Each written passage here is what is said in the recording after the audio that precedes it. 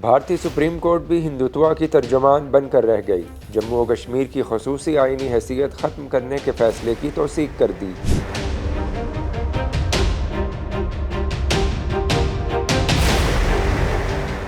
بھارتی عدالت عظمیٰ کے chief justice D Y Chandrachud نے کہا کہ جموں و کشمیر کی بھارتی دیگر ریاستوں سے ہٹ کر کوئی اندرونی و خود مختاری یا خصوصی حیثیت نہیں ہے۔ 5 اگست 2019 کو بھارت میں برسر اقتدار بی جے پی نے آرٹیکل 370 کے خاتمے کا اعلان کرتے ہوئے جموں و کشمیر کی خصوصی حیثیت کو بھی ختم کر دیا تھا۔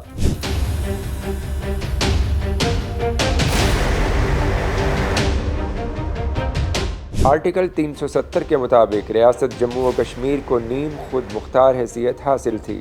بھارتی پارلیمان کے اس فیصلے کو بھارتی سپریم کورٹ میں چیلنج کیا گیا، جس کا فیصلہ سناتے ہوئے بھارتی چیف جسٹس نے کہا کہ کشمیر بھارت کا اٹوٹ انگ ہے۔ یہ آئین کے آرٹیکل 1 اور 370 سے واضح ہے۔ بھارتی سپریم کورٹ کے 5 رکنی بینچ نے اس معاملے کی سماعت کی تھی۔ بھارتی عدالت کے فیصلے کا ایک جانب بھارتی حکومت نے خیر مقدم کیا تو دوسری طرف اپوزیشن جماعتوں نے اس فیصلے پر شدید تنقید بھی کی۔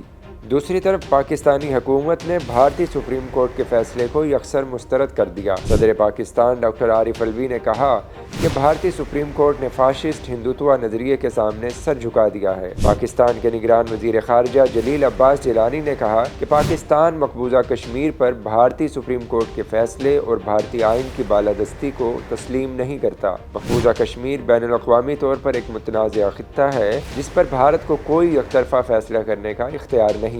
بھارتی سپریم کورٹ کے فیصلے کی کوئی حیثیت ہے نہ ساکھ۔ پہلے بھی ہم بابری مسجد کے حوالے سے بھارتی سپریم کورٹ کا نام کا انصاف دیکھ چکے ہیں۔ وزیر اعظم آزاد کشمیر چودھری انوار الحق نے کہا کہ بھارتی سپریم کورٹ نے کشمیریوں کے آئینی حقوق کا خون کیا۔ کشمیریوں کو بھارتی عدالت سے انصاف کی کوئی توقع نہیں تھی۔ انصاف کے تمام تقاضوں کو پامال کیا گیا۔